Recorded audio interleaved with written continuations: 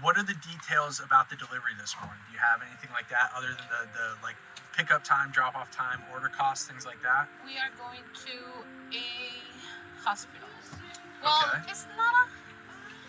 It's like a doctor's building. We have to go, I believe, to the second floor. Nice. What do you know what the order cost is offhand? I think it's like 400 something. Perfect. Okay, we are gonna go up here. Perfect. What before we go in here, do you associate order costs with total equipment you use, like, or do you just do it based on the restaurant? Like, do you associate like, if this order is gonna be $200 worth of food, I'm bringing one bag. If it's $500, I'm bringing 3 bags. Like, how do you think about things like that? Well, I usually use like the same restaurants, so I kind of have an idea how many bags I'm gonna use. But if it's a new restaurant or if I'm not familiar with it, I think a good rule of thumb is $150 Per bag? $200 per bag. Yeah. Okay. So All right. that's a rough. All right. Well, let's go. Let's go pick up this delivery, and then we'll get to the drop off. We'll get to the drop off on time. Yeah, I think so. I Okay. hope so. Let's do Depends on parking. All right. Let's do it.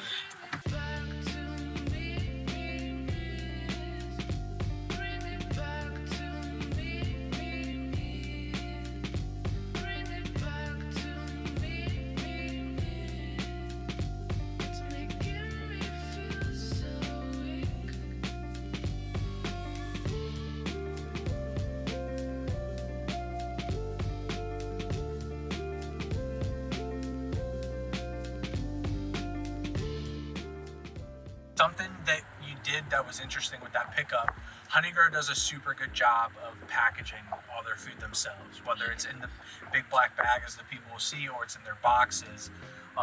You just went in, you got it, had them hand it off to you in the bag, and then you brought it to the car and transferred it to the hot bag.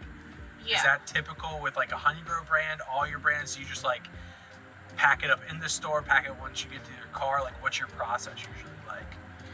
It depends on the restaurant, but particularly for Honeygrow, they have they usually put a huge box under, and then if they have salads, they put them on top, or I think they have brownies.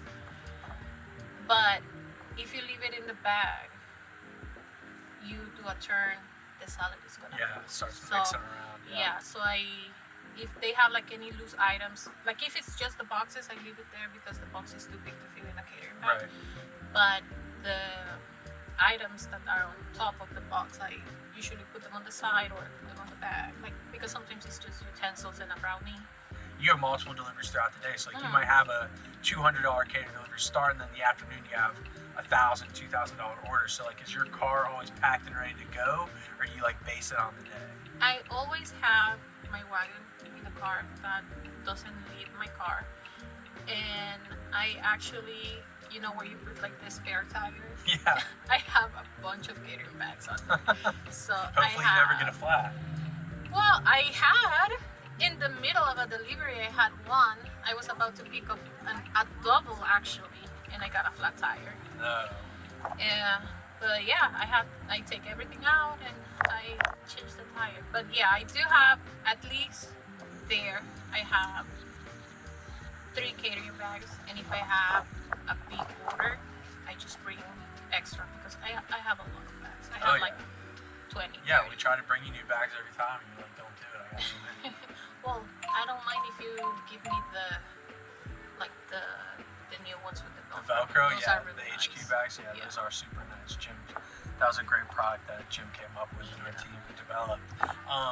I know yesterday we were speaking about, I don't know what your route looks like today, but you're talking about how you have a delivery over in Jersey this afternoon.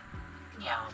What is your specific delivery radius like for you on a day-to-day basis? Like, are you going out to King of Prussia? Are you staying downtown? Are you going to Jersey? Or is it all kind of like how we're saying a lot of the pickup process is based on the restaurant, is all the distance you'll travel delivery based? I think I'm one of the craziest drivers that you have. I drive a lot. Like I was telling Demetria, I think I know all the Honeygrows in the surroundings of Philadelphia. So I a specific area that I'm comfortable working in Philly. I work in Philly. Like, this is where I started doing deliveries, so I'm very familiar with it. So I think if you can make it in Philly, you can make it anywhere.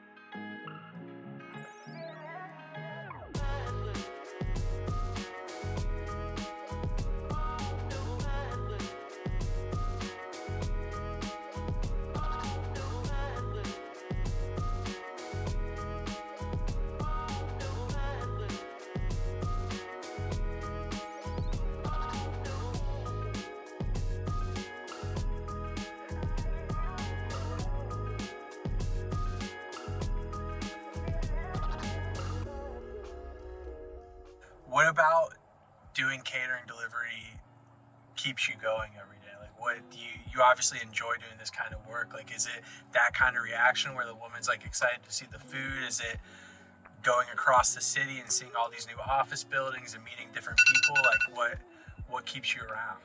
Well, I don't know. Like, I really enjoy it. Like, pretty much it's the same but different at the same time, you know? Like, sometimes, like, you have some days that everything runs so smooth, and sometimes you are like, you have a lot of orders and you're like, I don't think I'm gonna make it. And everything works out. And sometimes you only have 2 orders, Yeah, and everything goes terrible. bad. Yeah. I've been there. So if that happens, communication is key.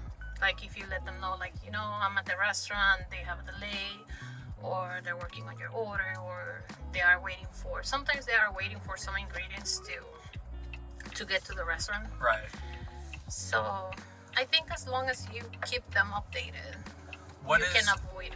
Like, what, when you mention like the communication piece, like, what is your process reaching out to the customer? Is it, hey, I'm at the store and they're delayed? Is it, hey, I got in the car and there's some traffic? Like, are you 5 minutes late, 10 minutes late, 15 minutes late? Like, when are you reaching out to the store or the customer to let them know there's going to be a little delay?